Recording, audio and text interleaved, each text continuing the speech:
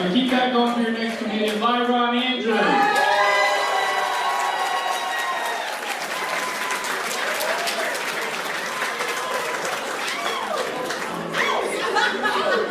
I was just imagining running up the stairs just falling flat on my head. Just a horrible thought.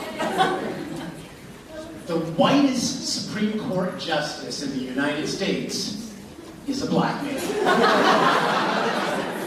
And his name is Clarence Thomas. And he hates black people. Now, you could just go back decades and look at his written legal decisions and make that assumption, but it's something that he did this year that seals the deal. He hired this woman, real story, named Crystal Clayton, who in 2015 wrote to all of her colleagues at Turning Point, quote, "I hate black people. F them all. I hate blacks. End of story," unquote. Now, according to Clarence, most likely this was enough of the capabilities that she needed to qualify as a law clerk. And the story gets crazier, because Clarence and his wife invited Crystal to come live with them for a year. They were protecting her in her fragile state as she was coming out, as being a racist. Can you imagine the conversations that were had around the dinner table?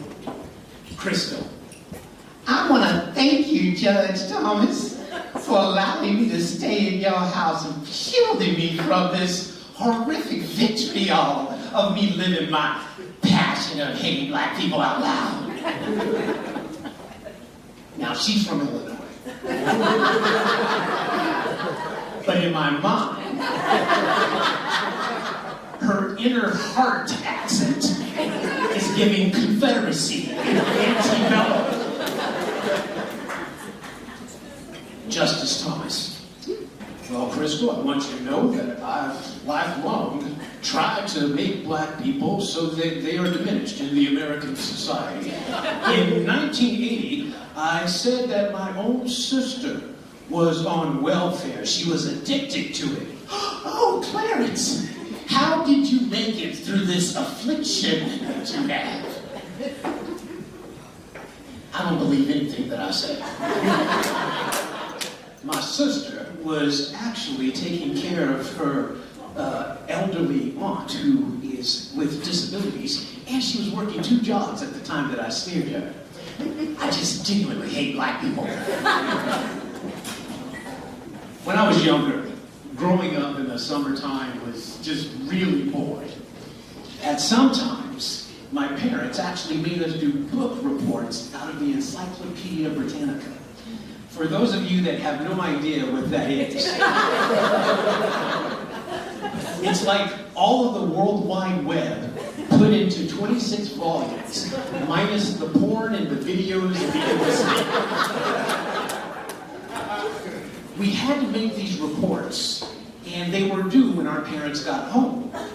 Now, I look back at that time with deep gratitude for the intention of what my parents were trying to do. But the outcome is that it expanded my vocabulary and my knowledge so that I had greater opportunities to be bullied. Here's the thing. One of the things that I'm working on in life is to not be an appeaser. My therapist once told me that I am an appeaser in romantic relationships. I really couldn't figure out why she said that. I didn't know how, and so I stood up and I told her, "I have to leave. I need to go to my ex's home office to finish the weather stripping inside of her boyfriend's apartment." That's it. I love you all.